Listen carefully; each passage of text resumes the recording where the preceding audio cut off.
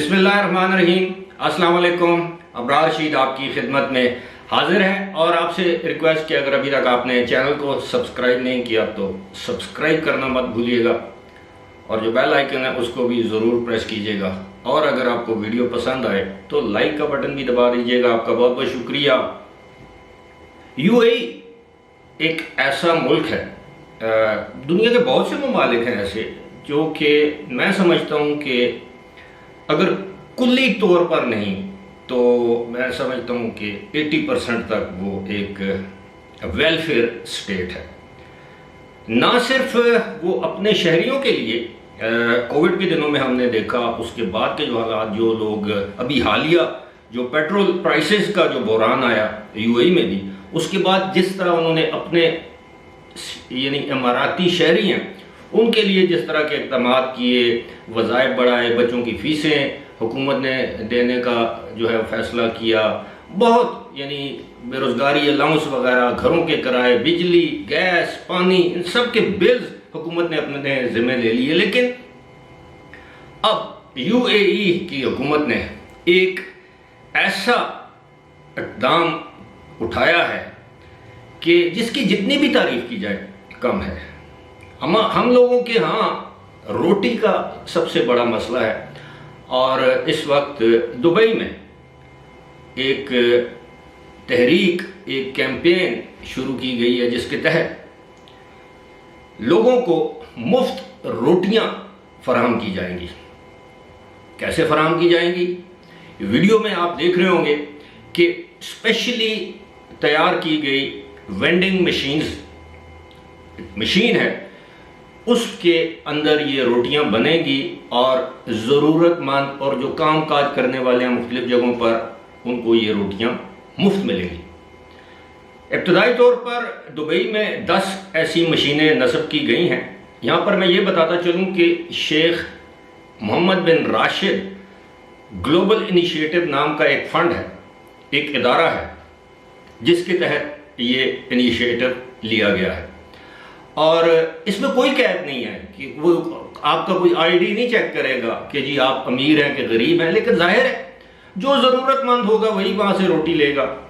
جو امیر صاحب حیثیت لوگ ہیں، افورڈ کر سکتے ہیں، middle class, upper middle class کے، ظاہر ہے وہ اس سہولت کا مس یوز تو نہیں کریں گے، لہذا مستحق نادار ضرورت مند لوگوں کے لیے یہ کیمپین لانچ کر دی گئی ہے۔ اب وہاں پر آپ کو مفت روٹیاں اسی وقت تیار ہوں گی، تازہ تازہ، خستہ خستہ، گرم گرم بیکڈ روٹیز آپ کو جو ہے وہ اویلیبل ہوں گی۔ یو اے ای میں، خاص طور پر دبئی میں، ہمیشہ ہم دیکھتے ہیں کہ ہر سال رمضان کے مہینے میں لاکھوں کی تعداد میں، کروڑوں کی تعداد میں وہ کھانے تقسیم کرتے ہیں مستحق افراد میں۔ لنچ باکسز ہوتے ہیں، خشک کھانے ہوتے ہیں، خوراک، یہاں تک کہ اس مرتبہ انہوں نے 1 ارب کھانوں کے پیکٹ جو ہیں وہ تقسیم کیے۔ پاکستان میں بھی دنیا کے دیگر جو ممالک ہیں جہاں پر غربت ہے وہاں پر یہ کرتے ہیں وہ، اور یہ بہت اچھا۔ اور میں نے یہ بھی دیکھا کہ کووڈ کے دنوں میں بہت سے پاکستانی اور انڈین ریسٹورنٹ اونرز ایسے تھے جنہوں نے لوگوں کو مفت کھانا دیا، مفت بالکل۔ اور اب بھی میں جانتا ہوں کہ دبئی اور شارجہ میں اس طرح کے ریسٹورنٹس ہیں جو کہ ہر رات اپنا ریسٹورنٹ کلوز کرنے سے پہلے 1 گھنٹے کے لیے وہ جو بچ جاتا ہے کھانا، بجائے اس کے اس کو ضائع کریں، ڈمپ کر دیں، جس طرح پاکستان میں ہم دیکھتے ہیں بڑے بڑے ریسٹورنٹس میں لوگ کھانا ضائع کر دیتے ہیں، گھر ساتھ لے جاتے ہیں، یا وہ ریسٹورنٹ کے پاس جو کھانا بچ جاتا ہے وہ لوگ کیا کرتے ہیں، ڈمپ کر دیتے ہیں، کسی غریب کو نہیں دیتے۔ یہ ایک بہت اچھی مثال ہے ہم لوگوں کے لیے۔ ایک شہر میں، کسی بھی شہر میں، ایک صاحب حیثیت شخص جو مہینے میں کروڑوں کی جس کی آمدن ہے، اگر وہ ایک تندور کو ایک وقت کے لیے انگیج کر لے، اس سے پوچھے تندور والے سے کہ یار صبح 11 بجے سے لے کے، دن کے 11 بجے سے لے کے دوپہر کے 3 بجے تک تمہاری جو روٹی سے کتنا آٹا تم خرچ کرتے ہو، کتنی گیس تمہاری لگتی ہے، کتنی تمہاری مزدوری، جو مزدور پیڑے آٹے روٹیاں بناتے ہیں، سب کی کیلکولیشن کر لے، آٹا اس کو دے دے یا اسی کے آٹے کو استعمال کرے، وہ کیا کہے گا؟ وہ یہی کہے گا نا جی کہ جناب 5,000 میرا خرچہ آتا ہے اس دوران، یہ 5,000 میرا پروفٹ سمیت، یا 10,000، چلیں 10,000 کر لیں پروفٹ سمیت جی 10,000.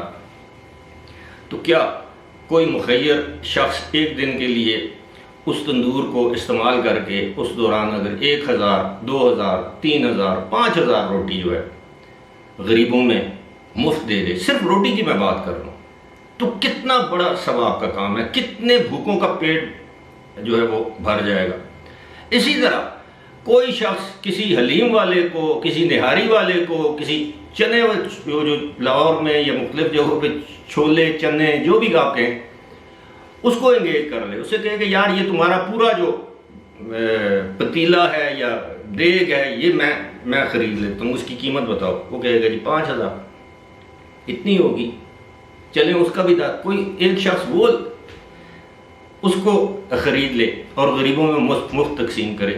اور اگر ہر شہر میں اس طرح کے لوگ، اس میں کوئی شک نہیں کہ ہر شہر میں موجود ہے، صرف یہ کام کرنا شروع کر دیں تو آپ دیکھیں پاکستان میں لوگ جو اس وقت خاص طور پر مہنگائی کے بعد، اس کے بعد اگر آپ دیکھو تو سیلاب زدہ علاقوں میں کس طرح لوگ روٹی تو دور کی بات، پینے کے صاف پانی کو ترس رہے ہیں. ایسا نہیں ہے کہ حکومت ان کے لیے کچھ نہیں کر رہی، امدادی ادارے ان کے لیے کچھ نہیں کر رہے، لیکن وہاں تک پہنچ نہیں ہے.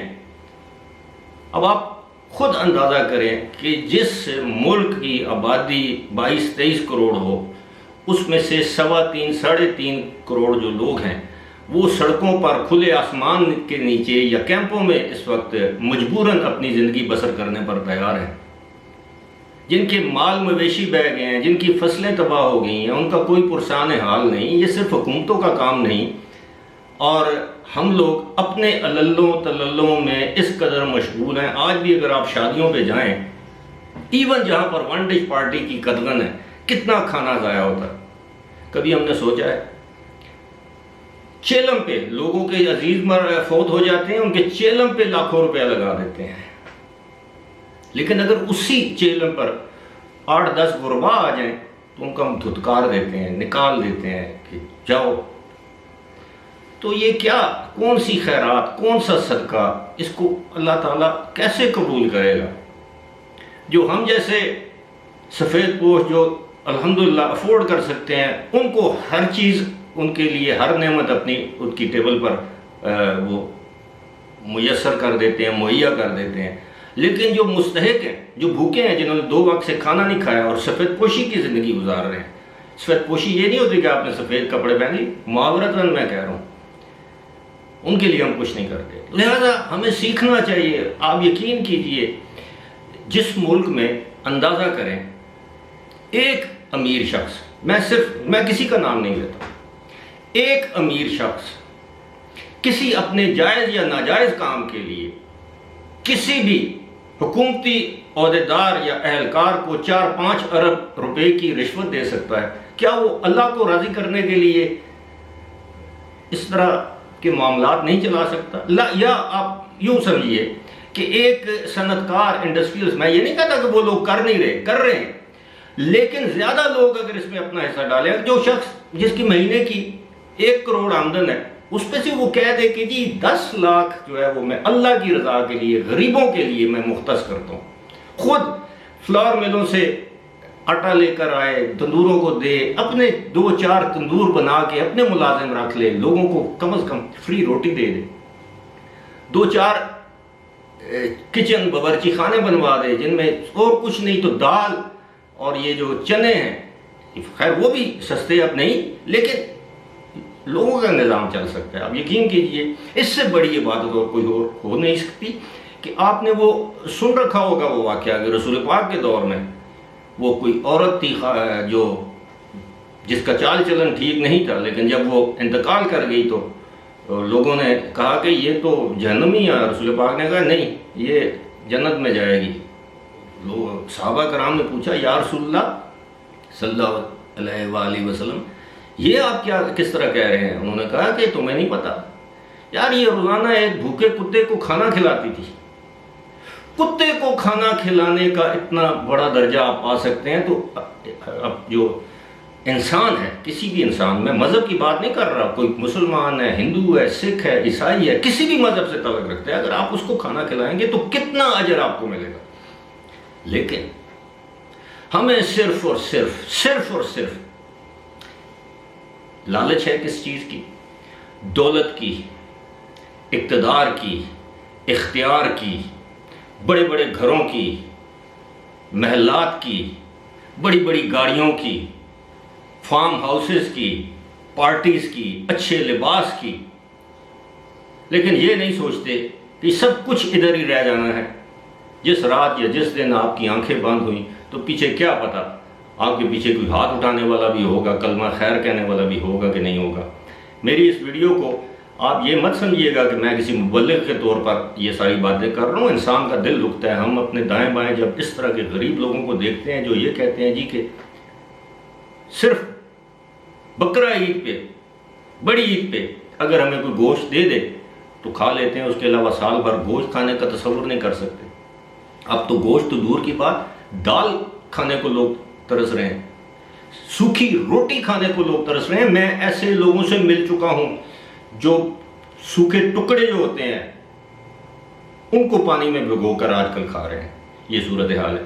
اللہ کے عذاب سے ڈریں، ورنہ جس قوم میں غریبوں کے لیے ہمدردی نہ ہو، بے حس قوم ہو، پھر ایسی بے حس قوم کے لیے آزمائشیں بھی آتی رہتی ہیں. اور پھر آپ کو پتہ ہے کہ جب پانی آتا ہے، زلزلہ آتا ہے، سیلاب آتا ہے، پھر وہ یہ نہیں دیکھتا کہ یہ کچا گھر ہے، پکا گھر ہے، محل ہے، فارم ہاؤس ہے، چھوٹی گاڑی ہے، بڑی گاڑی ہے، پھر اس ریلے میں سب بہہ جاتے ہیں. بہرحال اللہ تعالیٰ ہم سب کو اس طرح کے نیکی کے کاموں میں بڑھ چڑھ کر حصہ لینے کی توفیق عطا کرے، اور اللہ تعالیٰ ہمارے دل اور دماغ جسے کہتے ہیں نا کشادہ کرے. آمین. حکمرانوں سمیت اللہ ان کے بھی ذہن کشادہ کرے، وسیع کرے. دلوں میں درد، دکھ اللہ تعالیٰ ہمارے دلوں میں ڈالے، خاص طور پر مخلوق خدا کے لیے. جس نے مخلوق خدا کو خوش کر لیا اس نے خدا کو خوش کیا. جس نے مخلوق خدا کو ناراض کیا اللہ تعالیٰ اس سے کبھی راضی نہیں ہو سکتا. فی الحال مجھے دیجیے اجازت. خدا حافظ.